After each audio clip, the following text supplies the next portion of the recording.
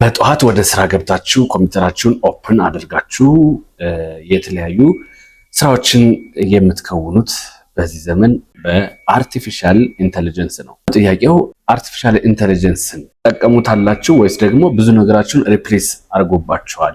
ያ ማለት እናንተ የማሰብ እናንተ ደግሞ የተለያየ የፈጠራ ስራዎችን የምትሰሩበት ይሄ አእምሯችሁን ሪፕሌስ አድርጎታል ወይ ነው ዋናው ጥያቄው።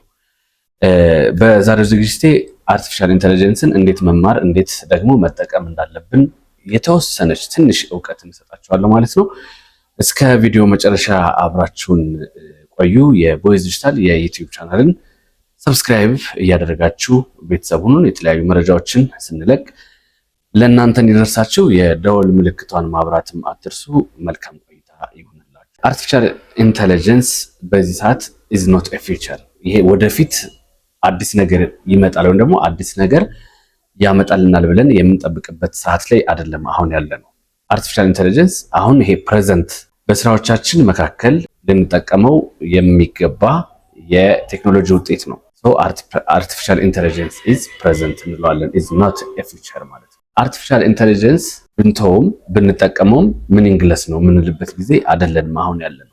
እንደምታውቁት ለሁሉም መሰረት ለሁሉም ነገሮቻችን መሰረት ጊዜ የሚባለው ነገር አለ። የኛን ፈጠራ ደግሞ ሰፖርት ማድረግ ወይም ደግሞ ፈጠራችን ሰፖርት መደረግ አለበት።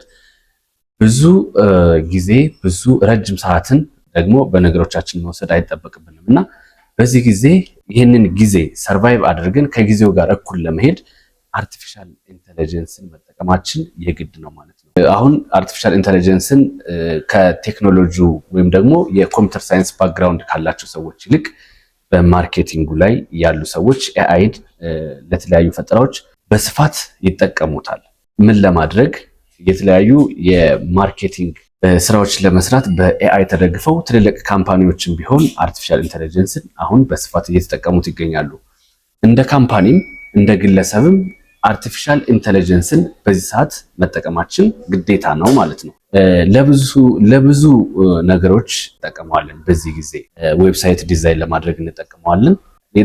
የተለያዩ ፕሬዘንቴሽኖችን ክሬት ለማድረግ እንጠቀመዋለን። ዳታዎችን አናላይዝ ለማድረግ እንጠቀመዋለን አርቲፊሻል ኢንተለጀንስን። የተለያዩ ቪዲዮዎችን ጀነሬት ለማድረግም አርቲፊሻልን በዚህ ዘመን በሰፊው እንጠቀመዋለን። ኮድ ለመጻፍ አሁን እንደምታውቁት የኮድ ዓለም በአርቲፊሻል ኢንተለጀንስ ሰፖርት እየተደረገ እጅግ በጣም ኢዚ የሆነ መጥቷል። ለራይቲንግ ኮድስ እንጠቀመዋለን አርቲፊሻል ኢንተለጀንስን። ኤንድ ለተማሪዎች ቲቶር ተማሪዎች አሁን በአርቲፊሻል ኢንተለጀንስ ሰፖርት እየተደረጉ ትምህርታቸውን ሞር አድቫንስ እያደረጉ ይገኛሉ። ከተማሪዎች ጋር በተያያዘም አርቲፊሻል ኢንተለጀንስን በሰፊው እንጠቀመዋለን ማለት ነው። ይሄ ደግሞ ሌጋል የሆኑ ሪሰርቾችንም በአርቲፊሻል ኢንተለጀንስ መስራት እንችላለን ማለት ነው። እነዚህንና ከዚህም በላይ ሰፊ ስራዎችን የምንሰራበት የቴክኖሎጂ ውጤት አርቲፊሻል ኢንተለጀንስ ስለሆነ ብዙዎቻችን አሁን ለሰርቫይቫል ሲባል አርቲፊሻል ኢንተለጀንስን መጠቀማችን ግድ ሆኗል ወይም ደግሞ ግድ ይለናል ማለት ነው። ተማሪዎችን ብናይ ሙሉ ቀን ሊወስድባቸው የሚችለውን የአጠናን መንገድ ወይም ደግሞ ብዙ ጊዜ ሊወስድባቸው የሚችለውን የአሳይመንት ስራ ዊዝን ሃወር ሊሆን ይችላል፣ ዊዝን ሚኒትስ ደግሞ ስራቸውን ጥፍ አድርጎ ሊያግዛቸው የሚችል የአርቲፊሻል ኢንተለጀንስ ፕሮዳክቶች ያሉበት ጊዜ ስለሆን ሁላችንም በያለንበት የስራ ዘርፍ አርቲፊሻል ኢንተለጀንስን መጠቀም ይኖርብናል ማለት ነው። አርቲፊሻል ኢንተለጀንስ ኢዝ ኖት ማጂክ ኢትስ ኤ ሲስተም። የሂውማን ኢንተለጀንስ የሆነ የሰው ልጅ የአእምሮ ውጤት ሆኖ ኢትስ ኤ ሲስተም ኢትስ ኖት ኤ ማጂክ። ስለዚህ አርቲፊሻል ኢንተለጀንስን የግድ በስራዎቻችን መካከል አንደርስታንድ አድርገን ገብቶን እኛም ደግሞ አፕዴትድ ሆነን በየጊዜው የሚወጡ የኤአይ ውጤቶችን በብቃት የመጠቀም ግዴታ አለብን ማለት ነው። የአርቲፊሻል ኢንተለጀንስ እንዴት እንደሚሰራ ማወቅ አለብን። ይሄ ጀነራል የሆነ ሐሳቡን ጀነራል የሆነ የኤአይ ኮንሰፕትን በደንብ መረዳት አለብን። ይሄን እንዴት እንረዳለን ካላችሁ የተለያዩ ቲዮሪዎችን በመማር እንዲሁም ደግሞ ፕራክቲካሊ እንዴት እንደሚሰራ ፕራክቲካሊ የተለያዩ የአርቲፊሻል ኢንተለጀንስ ውጤቶችን ፕራክቲካሊ በመጠቀም መሰረታዊ አይዲያው ሊኖረን ይገባል ማለት ነው። ፋንዳሜንታልስ ኦፍ ኤአይ እነዚህን በተለያየ መንገድ ማግኘት ትችላላችሁ። ዩቲዩብ ላይ ማግኘት ትችላላችሁ። በሪዲንግ ደግሞ አንደርስታንድ ማድረግ የምትችሉ ደግሞ ፋንዳሜንታልስ ኦፍ ኤአይ ብትሉ ኢንተርኔት ላይ በስፋት ዋና አይዲያውን መሰረታዊ ሀሳቡን ማግኘት ትችላላችሁ ማለት ነው። አርቲፊሻል ኢንተለጀንስ ሲነሳ ማሽን ለርኒንግ ግዴታ ስለሆነ ስለ ማሽን ለርኒንግ ደግሞ በሰፊው ሪሰርች መስራት ይኖርባቸዋል።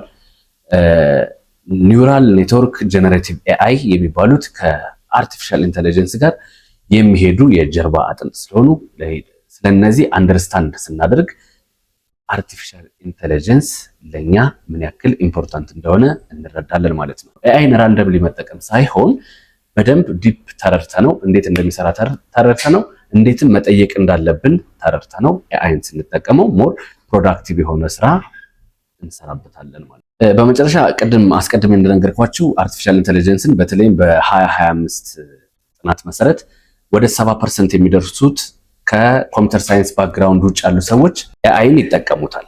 ለምን ፐርፐዝ ይጠቀሙታል ካላችሁኝ፣ ለዲዛይኒንግ ይጠቀሙታል፣ ለማርኬቲንግ ስትራቴጂ ይጠቀሙታል፣ ኤንድ ደግሞ ቢዝነሳቸውን ደግሞ ዲቨሎፕ ለማድረግ ኤአይን ይጠቀሙታል ማለት ነው። ይሄንን የሚጠቀሙት ራሳቸውን በኤአይ ዲቨሎፕ አድርገው እውቀት ኑሯቸውን የሚጠቀሙት ነው የሚለው ሪዛልቱ ማለት ነው። ስለዚህ እናንተም ሃው ቱ ዩዝ ኤአይ በደንብ ዲቴል አንብባችሁት ይሄንን ቪዲዮ የምትመለከቱት ማለት ነው ኤአይን ለብዙ ነገሮቻችሁ መጠቀም ትችላላችሁ ማለት ነው። ስለዚህ ኤአይን በደንብ መጠቀም ይኖርብናል። ኤአይን መማር አለብን። ኤአይን መጠቀም አለብን። ኤንድ ደግሞ ኤአይን ማስተር ማድረግ አለብን ማለት ነው። በድጋሚ የዩቲዩብ ቻናላችንን ሰብስክራይብ እያደረጋችሁ ቤተሰብ ሁኑ። በቲክቶክም አለን። በዚሁ ቮይስ ዲጂታል ብላችሁ ቲክቶክም አጫጭር የቴክኖሎጂ ቲፖችን የምታገኙበት ፕላትፎርም ነው። በያላችሁበት መልካም